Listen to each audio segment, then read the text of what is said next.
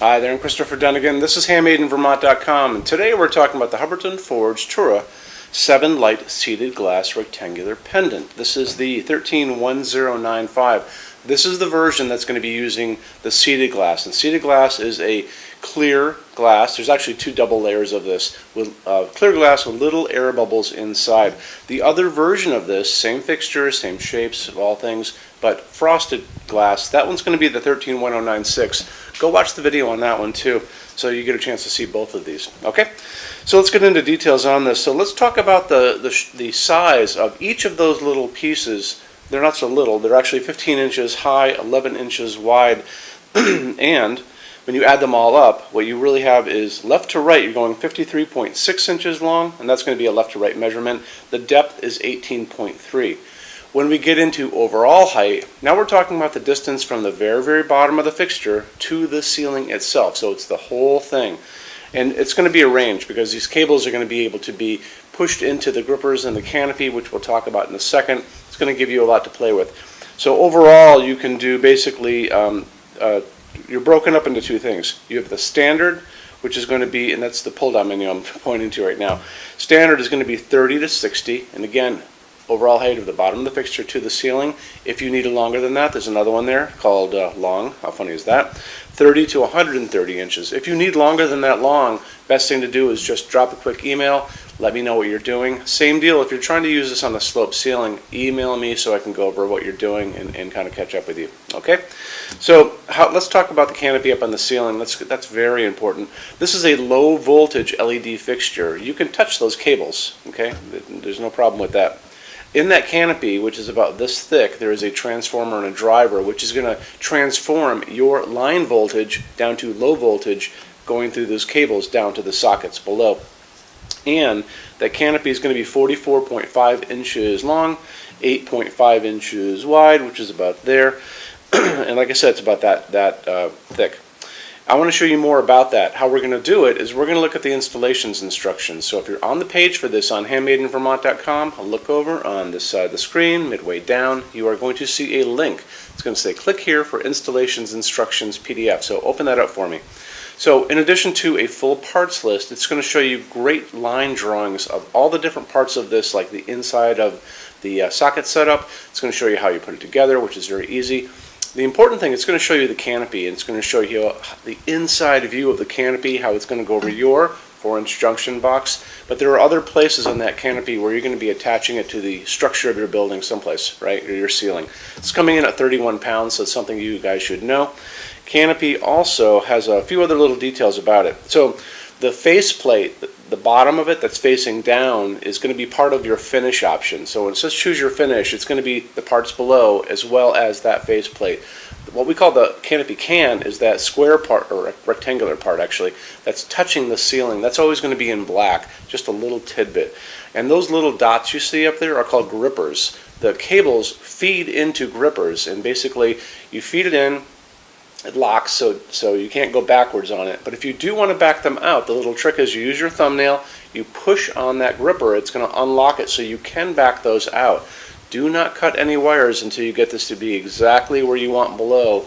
And then when you look at that installations instructions, you'll see how it all goes together inside. Okay, it's a dimmable fixture, so we're going to talk about dimmable bulbs, but also make sure that you talk to your installer for the switch that's going to go on the wall if you guys want to do a dimmer, that they know that you're going to be using LEDs.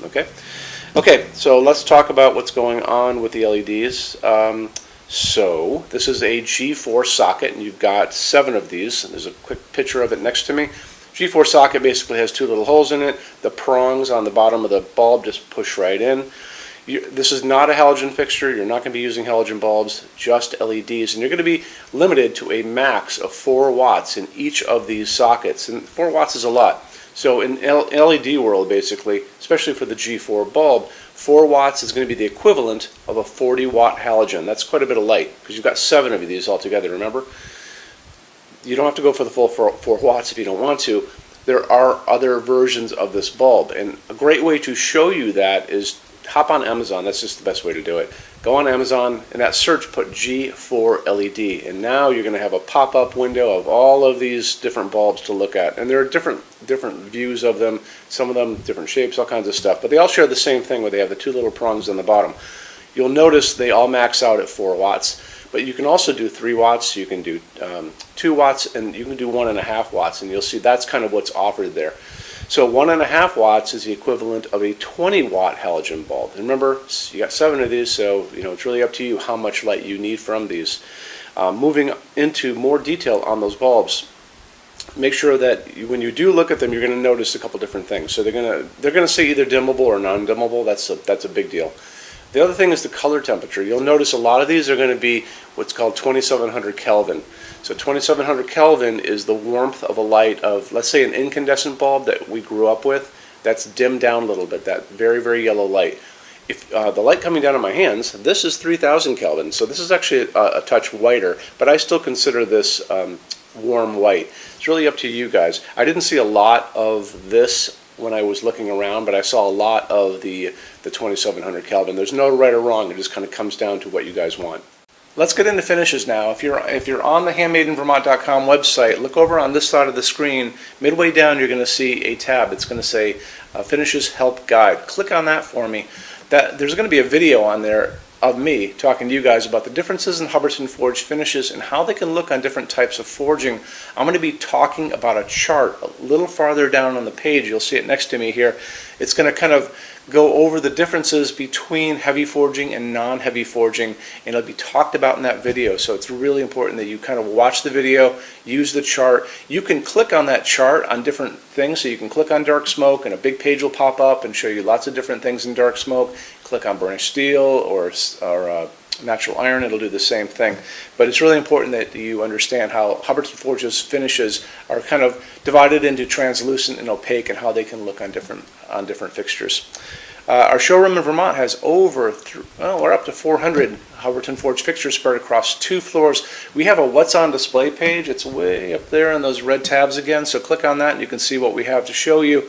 That changes all the time because we're always adding things as they come out. Showroom's open every day except Sunday from 11 to 6. We have an amazing clearance center here too. Clearance center stuff is 75% off MSRP. It's returns, discontinued things, and showroom samples. If you were coming to visit us, bring a good-sized vehicle, something like a big SUV or maybe a small truck or something like that, because you might find something in the clearance center that you want to take home, and it's a lot of fun to go through. 75% off MSRP is an amazing bargain, so you should really take advantage of it if you can. Like I said, we're open every day except Sunday from 11 to 6. I'm here every day except Sunday from 10 a.m. to 6 p.m. Eastern Time. You can call us at 802-446-2400 during business hours. You can email us 24 hours a day, 7 days a week, all the time. We love to answer emails. When you buy your Hubbardton Forge fixtures from HandmadeInVermont.com, shipping is free to every state except Alaska and Hawaii. There's no tax if we ship out of the state of Vermont, and we're the only dealer with 90-day returns and no restocking fees. No one else even comes close to that. Some larger items are non-returnable. We'll always tell you about that. It'll be in the description thing, that part of the description underneath on the very bottom. So keep an eye out for that. We also offer a rush program. Hubbardton Forge generally takes about 3 to 4 weeks to get product out. They don't stock anything. That's how you're going to get all your finishes, your adjustable ranges to play with, all those things. We can cut that time in half, and it's super inexpensive. If you want to know more, drop a quick email, and I can walk you through the whole thing, okay? So, if you guys have any other questions, let me know. Love to see you in our showroom sometime, and have a great day. Take care. Bye-bye.